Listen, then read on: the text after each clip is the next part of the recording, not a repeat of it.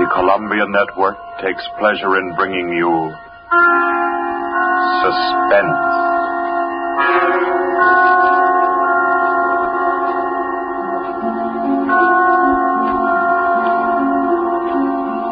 Suspense.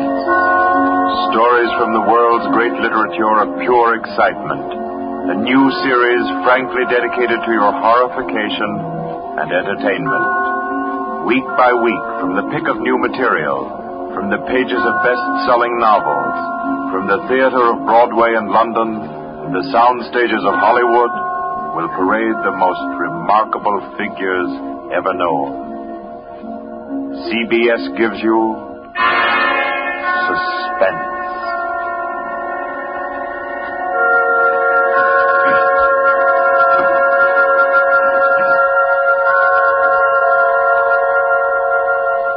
Tonight's presentation is one of the finest of the contemporary stories of mystery and terror. John Dickson Carr's famous novel, The Burning Court.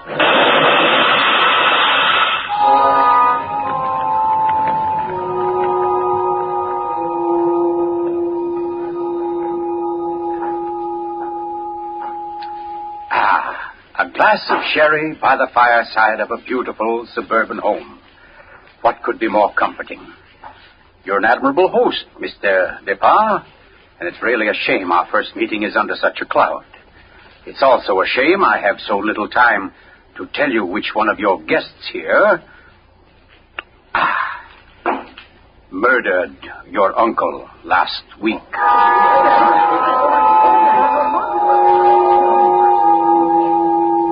Now, let's see now. I believe we're all here. Your wife, your friend, Mr. Stevens, Captain Brennan. Yes, and incidentally yourself. Just who did you say you were? Well, no wonder you've had so much difficulty with the case, Captain. My name is Cross, Gordon Cross, the writer. As a matter of fact, it's because of my just completed book, Poisoning Throughout the Ages, that I happen to be here now. And Ted Stevens there happens to be a member of the firm which publishes my work. I'd never seen him until tonight, but I've been told what happened. This afternoon, he began reading my manuscript for the first time, on the train. The commuter's train, which every afternoon deposits him safely and soundly here in Crispin. I imagine he was halfway home by the time he finished the first chapter. Then he turned a page. Attached to the following leaf was a picture. And looking at it, the young man stiffened suddenly, and all but cried out his shock. It was a picture of a young woman, and under it had been printed, Famous Poisoner Marie Dobré, 1676. Ted Stevens was looking at a picture of his own wife.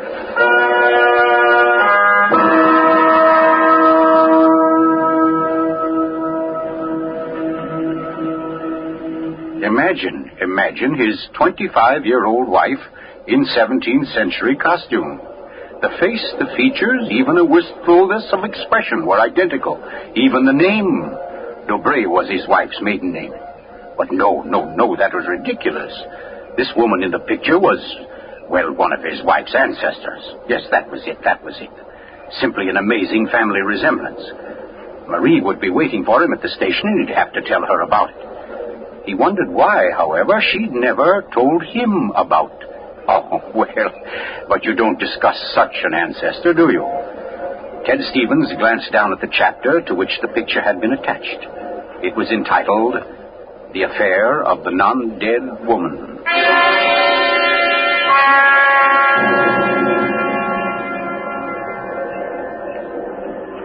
Hello, Ted. Stevens was almost jolted from his seat. It was Dr. Weldon, professor of English at the college, an old friend of his. Quickly, he thrust the picture beneath the manuscript and moved over. Hi, I didn't see you, Doc. Oh, here, have a seat. Oh, I thought maybe you were giving me the, what do they call it? The brush off? Oh, no, say, as a matter of fact, Doc, you're the one man I do want to see. Yeah? Very flattering. Remember those discussions we used to have about murders? Better than bridge anytime. Well, I got the idea that you made sort of a hobby out of the old cases, the historical ones. Well, I've studied quite a number of them, yes. Ever hear of a woman named Marie Dobré. Marie Dobré? Marie Dobré. Oh, yes. That was her maiden name, of course. One of the finest specialists in arsenic poisoning you could ever hope to find. Oh, we're almost at our station, Ted. Let's get to the door. Yes, a real charmer Marie was. Must have disposed of 100 husbands, lovers, suitors, and just plain friends before she was caught. What happened to her, Doc? She was beheaded and burned. Suspense!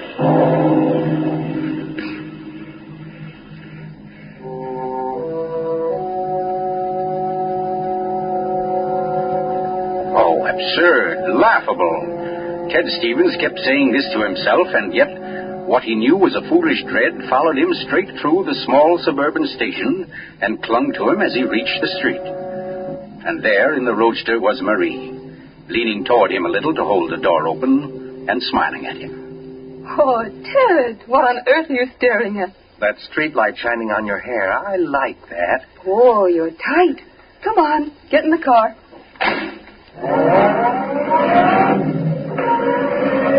Then, like a wisp of smoke, it was gone. The whole ridiculous fear, the delusion.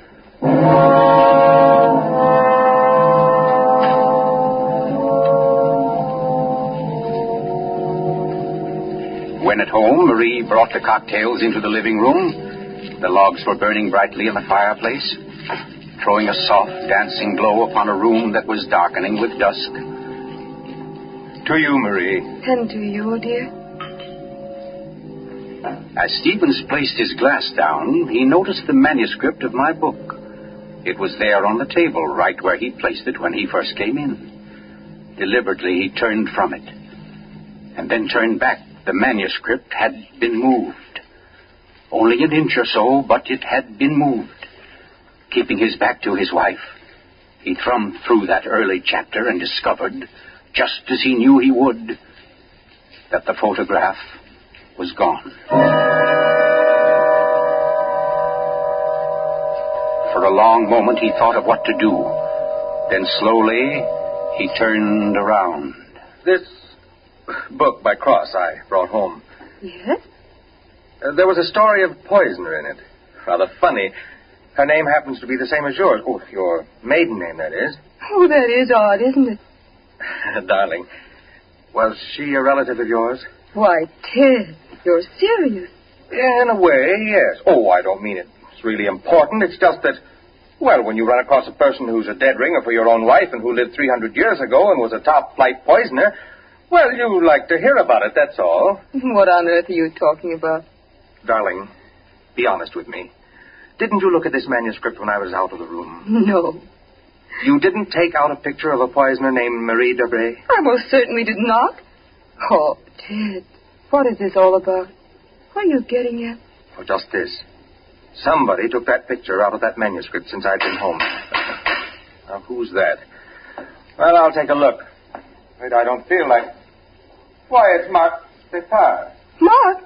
Ted, wait a second. Yes? Ted, whatever it is he wants, promise you won't do it. Promise I won't do it? I mean, promise you won't get yourself involved. Please, Ted, don't go out tonight. Say, what in the world is... Well, anyway, we can't let him stay outside. Mark, how are you? Come on in. Thanks, Ted. Just thinking about giving you a call later. Oh, let me have your hat. Oh, thanks. Marie, I hope you'll excuse me for popping in like this, but, well, I wanted to talk to Ted. It's rather important. Oh, I don't mind at all. Come on, Mark. We'll step into the library. Oh, you mind, dear? Of course not, Ted. I'll be making the sandwiches for her. Oh, grab that chair in the corner, Mark. Well, let's hear it. What's the trouble? Ted, my Uncle Miles was murdered. Murdered? Oh, the talk hasn't reached you yet, but it's already started. Nothing definite, of course, just that there was something wrong about Uncle Miles' death. But I don't... Mark, are you sure of this? You know he was murdered? I don't know. Of course I don't. I just don't see how it could be any other way. Uncle Miles, you know, had been sick for quite a while, but last Saturday he seemed so much better that Miss Corbett, that was his nurse, decided to take the day off. And, oh, well, you know all this. You and Marie were over that afternoon. Anyway, Lucy and I went to the club that night, to that masquerade party, and... we left the old boy completely alone. I've cursed myself 1,000 times since. But what about your housekeeper, Mrs., what's her name? Henderson. Wasn't she around? Oh, sure. In that little house out in back. We told her to look in now and then, but, well, that wasn't good enough. It was after midnight when Lucy and I got back. Uncle Miles was dying. Ted, it looked exactly like one of his regular attacks, but then later, after he was gone, I happened to glance under the chest of drawers in his room. There was a small silver cup under there, almost drained, and Uncle Miles' cat. The cat was still warm, but quite dead. Oh. I managed to get the cat out of the house and buried without anyone seeing me. Next day, I had the contents of the cup analyzed. It was poison? Yes. Arsenic. Well, what do you want me to do? Help me open the crypt. What? I want to have a private autopsy performed. Help me get Uncle Miles' body out of that vault. Oh, I know it's a tough job. The thing is sealed solid, but we can do it. You mean without the police knowing about it? Without anybody knowing about it. Mrs. Henderson's visiting her sister, and I managed to send Lucy over to the club. You must be crazy. You're playing with dynamite, Mark. This is something you've got to tell the police now. I can't take that chance. But they'll have to know sometime. You're only I've delaying got to know first, I tell you. You don't understand, Ted. There was somebody in Uncle Miles' room that night, handing him something in a silver cup. Mrs. Henderson was on the porch by the window. She saw her. She saw her? Ted. She thinks it was my wife. Oh, Lucy. It doesn't mean anything to Mrs. Henderson yet, because she doesn't suspect anything. But, well, Ted, you've got to see why I've got to be sure, why I've got to know how Uncle Miles died. Because it wasn't Lucy, Ted. I know it wasn't. Of course not, Mark. She had an alibi. Well, she was with you at the club, wasn't she? Yes. Except for half an hour. I see. You'll help me, won't you, Ted? When do we start? As soon as you can make it. Okay. Come on now. I'll get your hat. You trot on ahead, and I'll come over as soon as I can see Marie. But you're not going to tell her about this. Of course not. I'll think of something. Don't you worry about it. No, thanks, Ted.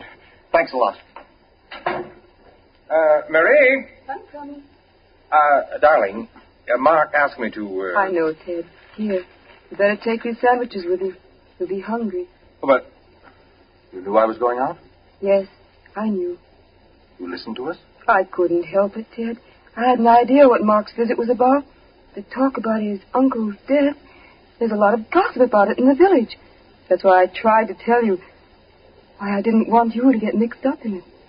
But it's too late now, isn't it? I mean, you're going. I can tell by the way you look. Ted, wait a second. There's just one thing I want to tell you before you leave. And that is that no matter what happens, no matter what you find or think or believe, I love you.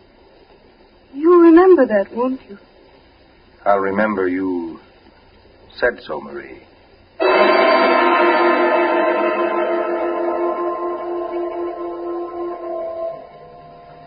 By the light of a dim kerosene lantern, Mark and Ted Stevens pounded their way through the thick shelf of rock that covered the Depar's ancestral tomb, pried open the great slab of stone which lay across the subterranean door, and then at last descended to the dank, ink-black chamber.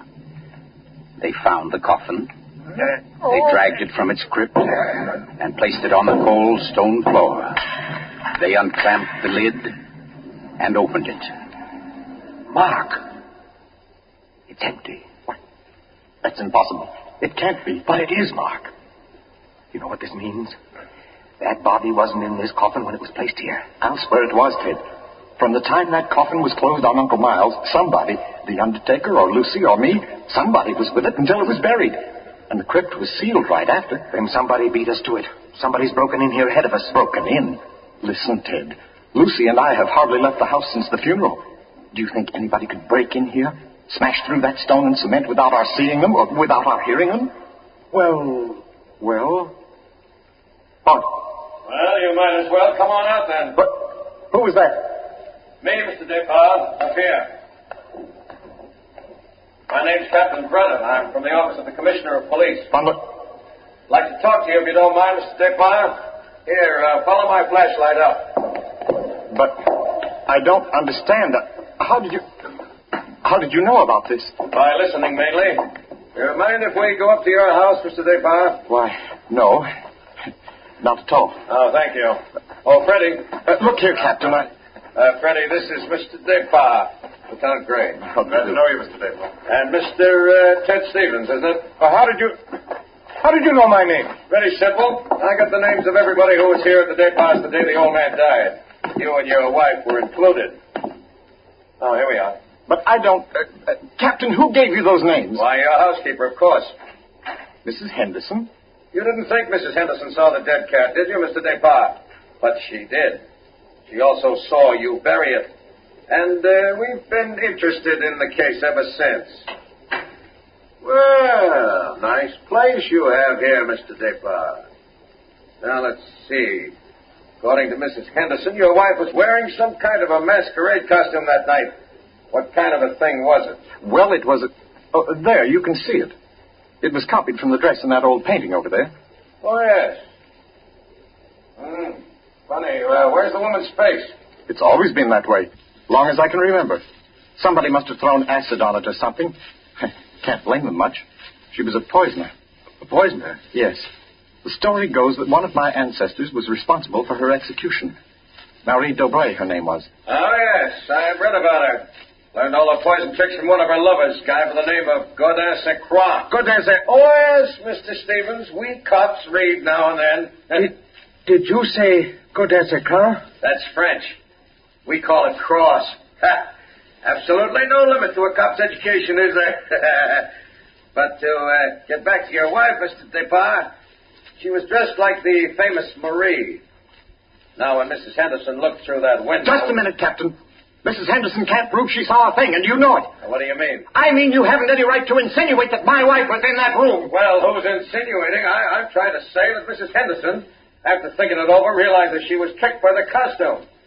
The woman she saw in the funny clothes, handing the cup of poison to your uncle, wasn't your wife at all. What? Because your wife is an unusually tall young woman. And the one Mrs. Henderson saw was fully half a head shorter. More on the order, let's say, of Mr. Stevens' wife. My wife? Captain, this is absolutely ridiculous. Well, I don't know. Why, what's the matter, Mr. Stevens? You're trembling like a leaf. Tell me now, just for fun, where was Mrs. Stevens that night? She was home. With me. The whole evening? Certainly. She retired early? Yes, we both did. You, I suppose, were sound asleep by midnight. Yes, I was. Then how do you know where your wife was? Well, Look here, Stevens. She had to have a costume that would match Mrs. Depart's. How did she manage that? Where did she get it? Well, she never had one. She never had a dress like that. And what about her motive? Why did she poison him? I don't know. Not for money, certainly. Then what was it? Hate? Did she hate Miles Depart? Yes, she did. No. Oh, I don't know. I don't know, I tell you. Brown? Yes, Freddie. I phoned and got hold of Mrs. Depart and the nurse, all right.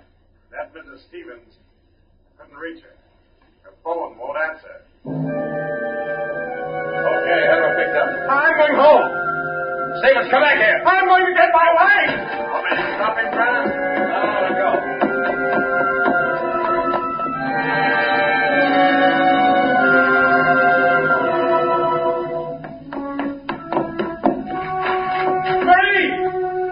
Marie, where are you? It's Ted. Marie, what have you done? Maria. Oh, good evening. Who are you? My name is Cross. Godin Cross. Cross. Where's my wife? What have you done to her? You fiend, what have you done to my wife? Why, nothing at all, young man. Here, sit down. You're lying. Something's happened to her. The police just phoned. There wasn't an answer.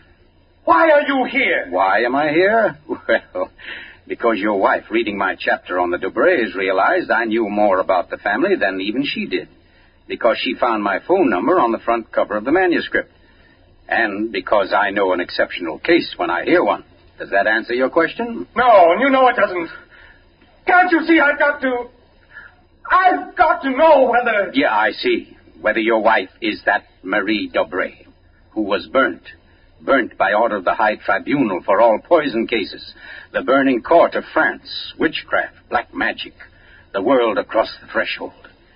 You're quite sure, no doubt, also, that I'm Godin Saint Croix, who first wooed her. No, my boy. No, my real name happens to be, of all things, Tom Simpson. Most unsuitable for a distinguished writing career. And Marie Dobray is no more your wife's real name than mine is Gordon Cross. What? Your esteemed wife was an adopted child, Mr. Stevens, adopted by people in Canada named Dobray, remote members of the real family of poisoners. I can't believe it. Why didn't she tell me? Why? Because until I told her half an hour ago, she didn't know it herself. You see, in the course of my research on the family, I found out about it. And in the course of talking with your wife, I found out something else. How for years she was haunted by the fear that she might be a poisoner by inheritance, by blood. And you can see, can't you, why she never talked about it, her past to you? Yes. And yet, Mr. Stevens, you had all but made her forget that past. You. And that's why she was willing to lie, to steal a picture, do anything, in order to hold you to her. Yes, I see that now. You know, young man, I rather think she loves you. But as you will see, though, she comes only when I call her. Mrs. Stevens? You mean she's... Yes, Mr. Cross. Marie, it's you. You're all right? Oh, yes, dear. We're both all right now, and nothing can change it, ever. Marie, listen. Don't say Marie, dear. Say Maggie. Maggie? Oh, that's my name, my real name. Maggie McTavish. And it's a lovely name, dear. The most beautiful, gorgeous... Darling, please. You don't understand. The police, they think you had something to do with Miles' death. They think I did. So, now, Mr. Stevens, before we go back to the Depas, don't you think you'd better tell me everything that's been said and done up to date? Having just saved your wife's soul from the burning court, now I'll wrest her body from the electric chair.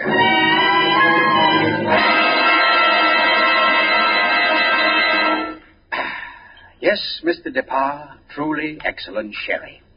Don't you think so, Miss Corbett? Yes. It is very nice. Well, that, ladies and gentlemen, is how I happen to be here. So let us consider first that supernatural hocus-pocus in the crypt. That body that walked out of the sealed tomb. That body that never was in the tomb. Never was in the tomb? No, Mr. Depas. The murderer knew that very soon Mrs. Henderson's story would bring about an investigation. He had to get rid of the well-known corpus delicti. Yes, but who could have kept the body out of the tomb? Who, Mr. Depas? Why, you, sir. What? I don't understand. Well, it's very simple. You had the opportunity. I believe you said yourself you were alone with the body before the burial. And you had the strength. I dare say you carried it down to the furnace, where it's now probably nothing but ashes. Ridiculous. Why would he spend an hour smashing into a crypt for a body he knew wasn't there? Why, Captain? To impress Mr. Stevens, his witness. And also, apparently, you. Oh, that's perfectly fantastic. Fantastic? Oh, no, Lucy. Just comic. And I suppose, Mr. Cross, that I also put on a woman's masquerade costume, went into my uncle's room, and handed him a nice cup of arsenic. No. That had to be done by a woman. Your accomplice, as matter of fact. Oh, now, come. You mustn't all look at Mrs. Depas, because Mark Depas's one noble act was his frantic effort to prevent his wife from being charged with the crime. A crime which he and Nurse Myra Corbett committed. Myra Corbett? Why, you... Yes, sir. Yes, Mr. Stevens, this quiet little lady beside me. Why would I do such a thing? Money, Miss Corbett. A cutout of Mark Depas's inheritance. Payments for services rendered. That's an absolute lie, Cross. You see, ladies and gentlemen, Captain Brennan never bothered to check Miss Corbett's whereabouts on the night of the murder. Why even think of the nurse? She was the custodian of the old man's health. Oh, you're crazy. And yet who but a nurse could so naturally offer the old man a cup? A cup he was sure contained medicine. You're making it up. The whole thing, you're just And making who it up. but Miss Corbett, living right here in this house, would know what kind of masquerade dress she must copy, would know when Mrs. Henderson would pass the window that night, pass and see her, and accept her, she hoped, for Lucy Depas. No, that's not true. Oh, yes, Miss Corbett. Yes, Miss Corbett, that dress was the touch that wrecked you.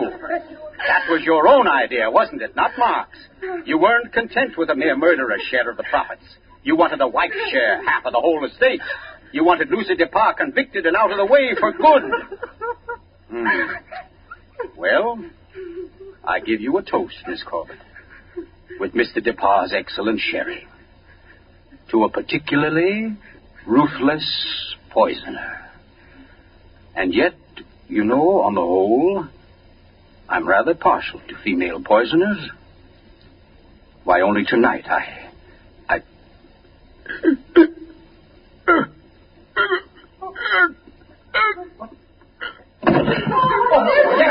Here, let me get to him. Mr. Cook, what's the matter, Brennan? This man's dead. Dead? And from cyanide, if I know anything. Cyanide from that glass of sherry. Cyanide that a nurse could get quite easily. That glass was right beside you, Miss Corbett, and nobody else was near it. Too bad he didn't drink it as soon as you hoped. A second ago, we had nobody to use against you. But we have now, Miss Corbett. We have now. And I arrest you for the murder of Gordon Cross.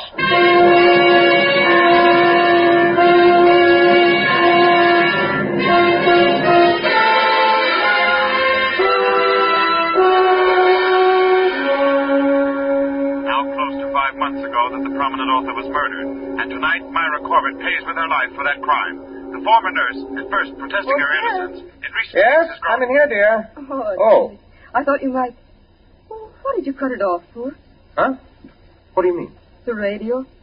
Oh, yeah, well, I thought you wanted to talk. Oh, Ted, don't you think I know you better than that? What was on the radio? Well, there wasn't any... Okay. It was about Myra Corbett. She goes to the chair tonight. Oh. I didn't think you wanted to be reminded. I don't, really. But making such an effort to hide it only keeps it alive, doesn't it? All right, darling. Now what I came in to ask, if you wanted a cocktail before dinner. The largest one you've got. Fine. I'll get off the ice cube. I know. If I'll fix up the fire. Okay, Maria. A deal. Where are some papers to start it? Right there by the bookcase. And the name's not Marie. It's Maggie. Because, darling, Marie's dead and gone forever.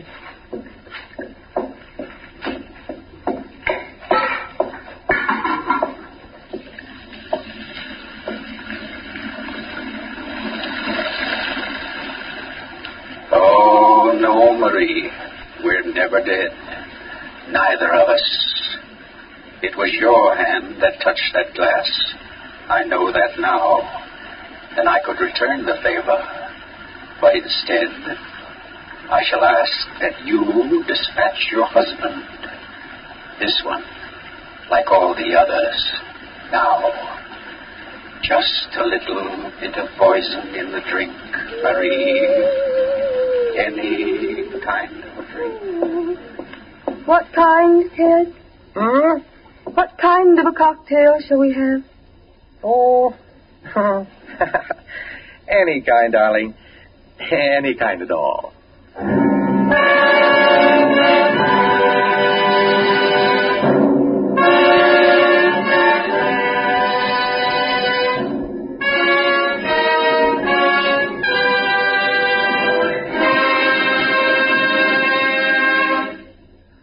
You've just heard The Burning Court from John Dixon Carr's famous novel, the first in Columbia's new series of outstanding classics and chills by world-famous authors. Tonight's play, ladies and gentlemen, has one rather special significance we think you'd like to know about. As you perhaps have heard, every fine comedian is said to cherish a secret desire to do an abrupt about-face. He pines for the part of a blackguard. Well, tonight you witness the fulfillment of one such desire. The role of that literary and quite infamous diehard, Gordon Cross, was portrayed by none other than Hollywood's expert provoker of laughs, Charlie Ruggles, here in New York for the world premiere of his latest screen success, Friendly Enemies. The role of Marie, well, that was enacted by a young lady who long ago won national acclaim as one of Broadway's most accomplished dramatic actresses, Miss Julie Hayden. Thank you, Charlie Ruggles and Miss Julie Hayden, for your splendid performances. The play tonight, as all plays in this series, was produced and directed by Charles Vander, written by Harold Metford and scored by Bernard Herrmann. Next week we bring you an intensely exciting and moving drama, The Life of Nellie James. This is the Columbia Broadcasting System.